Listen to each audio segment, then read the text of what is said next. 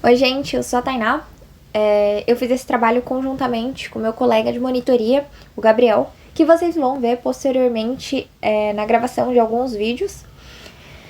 A gente está fazendo esse projeto, que é um projeto ali de monitoria em fisiologia, e a ideia é justamente ali gravar videoaulas com temas dentro da fisiologia, os temas principais, para ajudar os alunos nos estudos. E hoje eu vou falar do pâncreas endócrino. Eu começo falando da constituição do pâncreas endócrino. Então, ele é constituído ali pelas ilhotas pancreáticas, que vocês devem conhecer também como ilhota de Langerhans. E essas ilhotas, elas são constituídas ali por células que secretam hormônios. E a gente vai ter 3 tipos principais de células que compõem essas ilhotas, que são as células alfa, as células beta e as células delta. A gente começa falando das células beta, que representam ali 60% do total de células que compõem as ilhotas. Elas se localizam, principalmente no centro da ilhota, e elas secretam a insulina, que eu coloquei representada em rosa. A gente tem também as células alfa, que representam cerca de 25% do total de células que compõem a ilhota, que secretam o glucagon, que eu representei aqui em verde. E a gente tem as células delta, que representam cerca de 10% das células que compõem o total da ilhota, e elas secretam a somatostatina, que está representada aqui nesse azul. A gente também tem uma pequena quantidade de células ali, que a gente chama de células PP, que vão secretar um hormônio chamado polipeptídeo pancreático, que está aqui representado em roxo.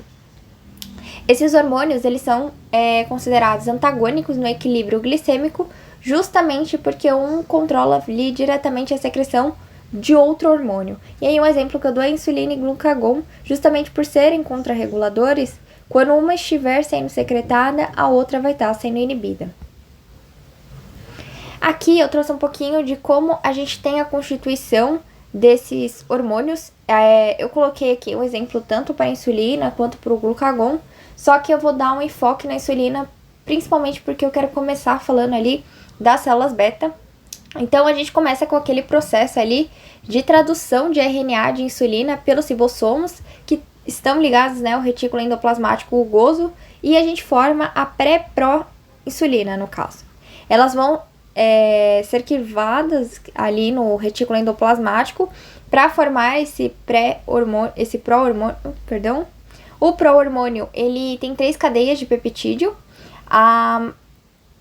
Ele vai ser levado ali para o complexo de Golgi, e no complexo de Golgi, novamente, ele vai sofrer esse processo de clivagem, e ele vai formar a insulina, que é composta por 2 cadeias de peptídeo que são unidas ali por uma ponte de sulfeto ou ligação de sulfeto, e produzem ali conjuntamente, o peptídeo C. O peptídeo C e a insulina, então, são colocados dentro dessas vesículas ali de secreção, e quando eles são secretados, eles vão ser secretados em quantidades que a gente diz que são equimolares, então quantidades iguais. Eles são secretados ali na corrente sanguínea, na sua forma livre, e eles têm uma meia-vida ali de aproximadamente 6 minutos. A retirada deles da circulação acontece ali em torno de 10 a 15 minutos, e o restante é degradado por uma enzima chamada insulinase, com exceção, claro, da insulina que está ligada ali ao seu receptor na célula-alvo. A gente começa, então, como eu disse, falando das células beta, que fazem ali, elas têm a função de produzir, estocar e secretar a insulina.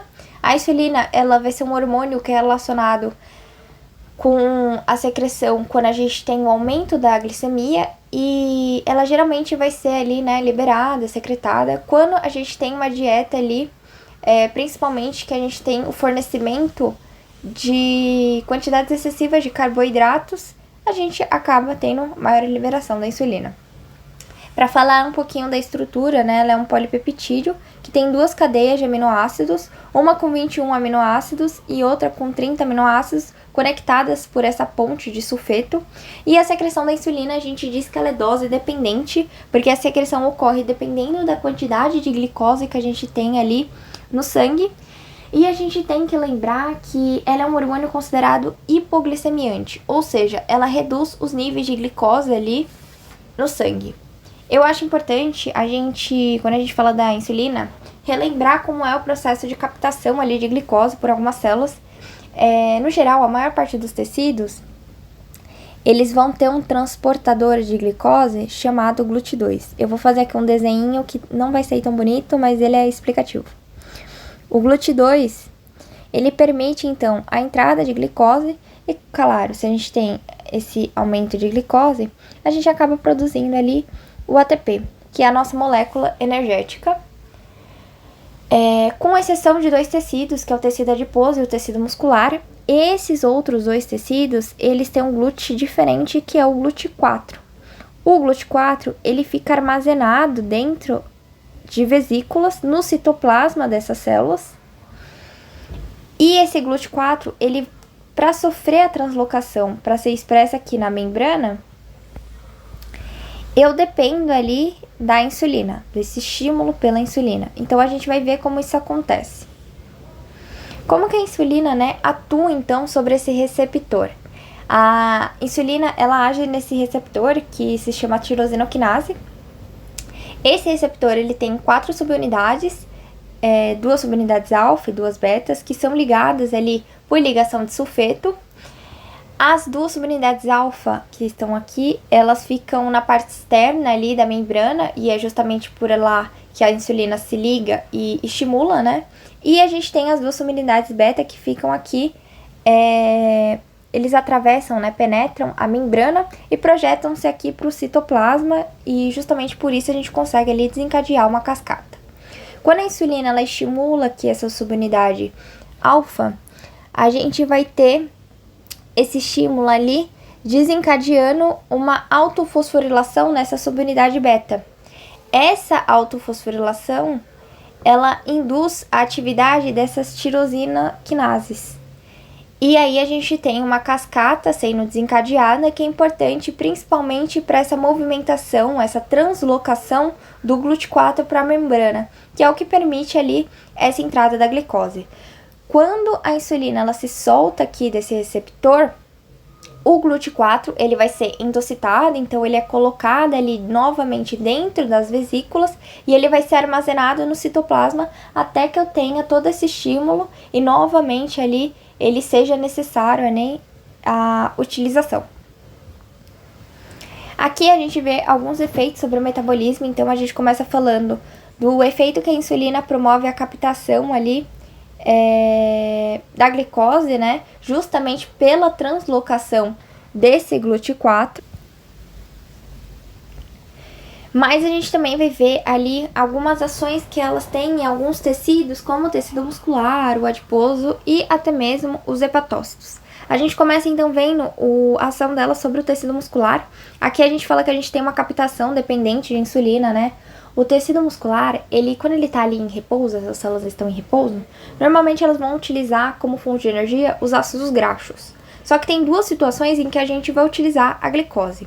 É essa que a gente chama de dependente de insulina. Por quê? Porque poucas horas após uma refeição, então nesse período pós-prandial, a gente aumenta muito a concentração de glicose no sangue. Então fica ali bastante elevado. E graças a essa translocação do GLUT4, a gente tem a alta liberação da insulina, o GLUT4 vai ser expresso na membrana e eu capto muita glicose. E aí, preferencialmente, o músculo vai se utilizar dessa glicose ali para a produção de energia metabólica. Mas a gente tem uma outra situação, que é o que a gente chama de captação não dependente de insulina, que na verdade não é que não é dependente de insulina. É que a gente utiliza aqui uma quantidade pequena ali de insulina para a captação dessa glicose. E como que isso acontece, Quando se realiza, exercícios físicos de intensidade moderada a intensa, a utilização da glicose não vai requerer ali uma quantidade tão grande de insulina para essa translocação do GLUT4. Por quê? Porque a contração da musculatura ali vai aumentar essa translocação do GLUT4 para a membrana e você consegue fazer ali essa captação preferencial pela glicose. A gente também vai ter uma ação sobre as células adipócitas, então a gente tem essa facilitação da entrada da glicose justamente pela expressão do GLUT4, translocação e expressão, Mas também a gente vai ter ali um estímulo importante, porque essa alta captação ali de glicose graças à insulina vai permitir com que parte dessa glicose que a gente está captando seja usada para formar um composto ali que a gente chama de alfa-glicerol fosfato. Esse alfa-glicerol fosfato é uma substância que produz glicerol, que vai se associar ali a ácidos graxos e formar o triglicerídeo. E é a forma ali que vai ser armazenada no tecido adiposo. A gente vai ter outros efeitos ali da insulina sobre outros tecidos, e um tecido que a gente dá enfoque é o fígado. Ela promove a captação, o armazenamento e utilização da glicose para o fígado. E aqui a gente vai ter um efeito sendo a formação ali do glicogênio. O glicogênio ele é importante porque quando a gente não está ali num período que a gente está, como a gente nem sempre está se alimentando, nos períodos em que a gente tem essa queda da glicose, o glicogênio ele é hidrolisado, a gente quebra ele em glicose e utiliza essa glicose ali, né, para manter os níveis de glicemia. Essa formação de glicogênio acontece assim muito caracteristicamente no fígado. A gente tem um pequeno ali, em comparação com o fígado, né, essa pequena formação de glicogênio também no tecido muscular, mas ela vai acontecer aqui principalmente no fígado. A gente também vai ter a conversão do excesso de glicose em ácido graxo, que é quando a gente tem essa quantidade de glicose ali captada pelo fígado. Ela é tão grande, mas tão grande, que a gente já fez armazenamento em glicogênio, já utilizou também no metabolismo ali dos hepatócitos e ainda tem glicose. Então a insulina, ela promove essa conversão do excesso de glicose em ácido graxo. E aí, posteriormente, esse ácido graxo pode ser empacotado ali em lipoproteínas, sobre a forma de triglicerídeos, que são ali transportados pelo sangue até o tecido adiposo. E a gente também vai ter inibição da gliconeogênese, que vai reduzir, por exemplo, a liberação dos aminoácidos do músculo e outros tecidos hepáticos, que seriam utilizados nesses aminoácidos para a produção de glicose. Só que aqui você inibe justamente porque você não tem essa necessidade ali de gerar mais glicose. Então, você já tem muita energia ali disponibilizada. O que estimula a secreção da insulina, né? Ela é estimulada, então, pelos altos níveis de glicose no sangue, a hiperglicemia, a secretina, que hoje é capaz de vocês conhecerem como incretina, pelos aminoácidos, principalmente a lisina e a arginina, e por hormônios gastrointestinais, como polipeptídeos inibitórios gástricos, o PIG, e a GLP-1. Ela é inibida, então, por adrenalina e pelos contrarreguladores, como o glucagon e a somatostatina. A gente fala sobre os níveis glicêmicos também.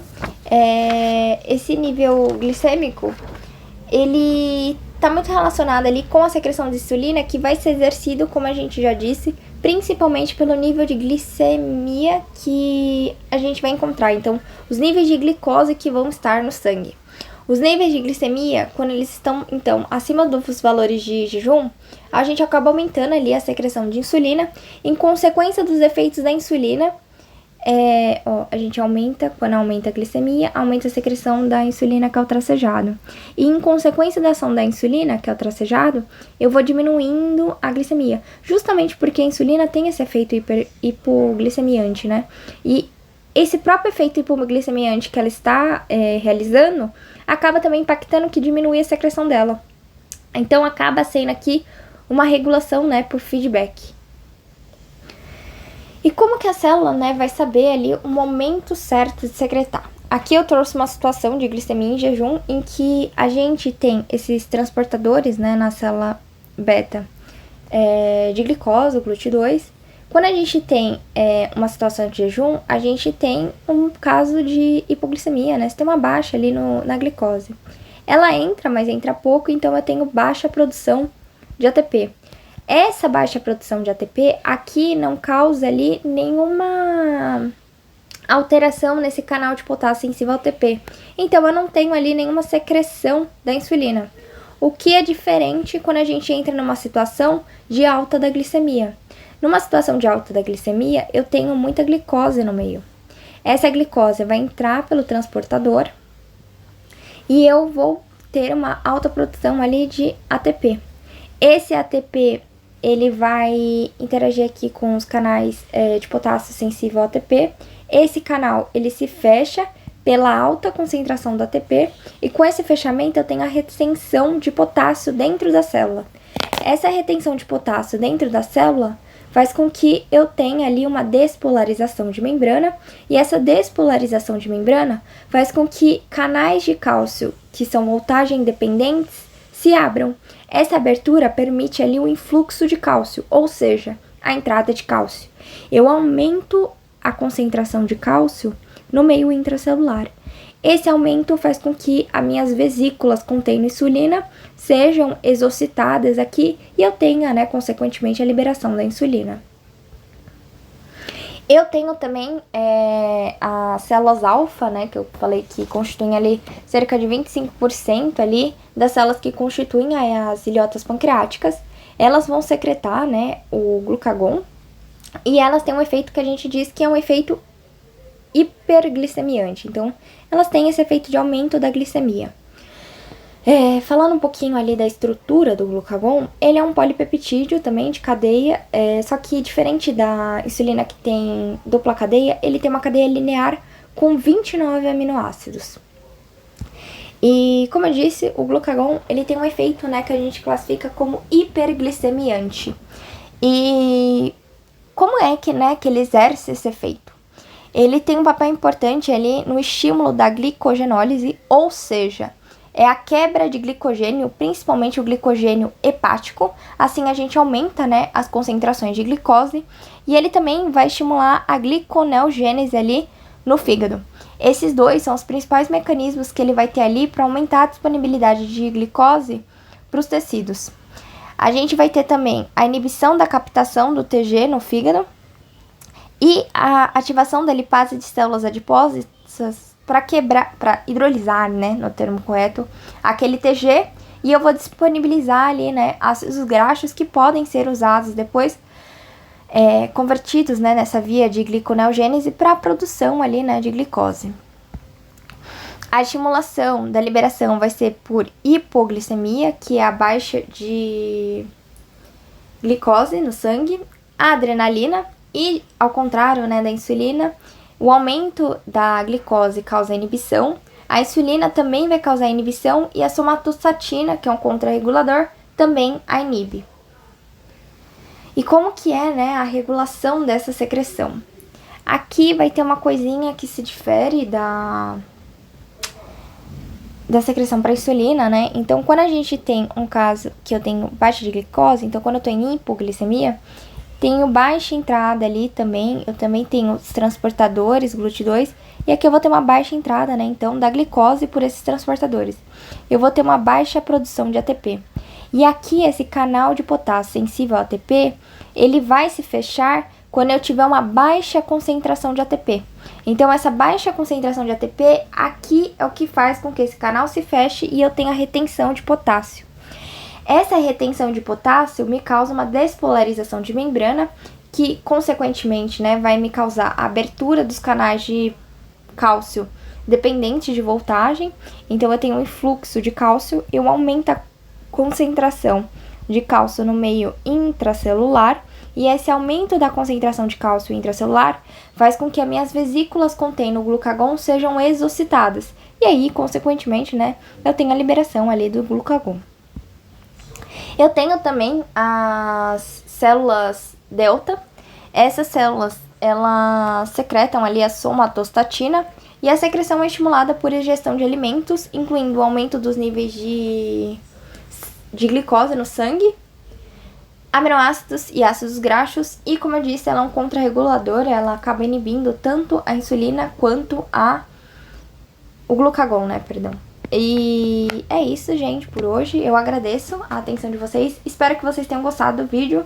Se vocês gostaram, deixem as suas curtidas. E se vocês tiverem alguma dúvida sobre o tema, é só comentar que quando a gente vê ali, a gente responde.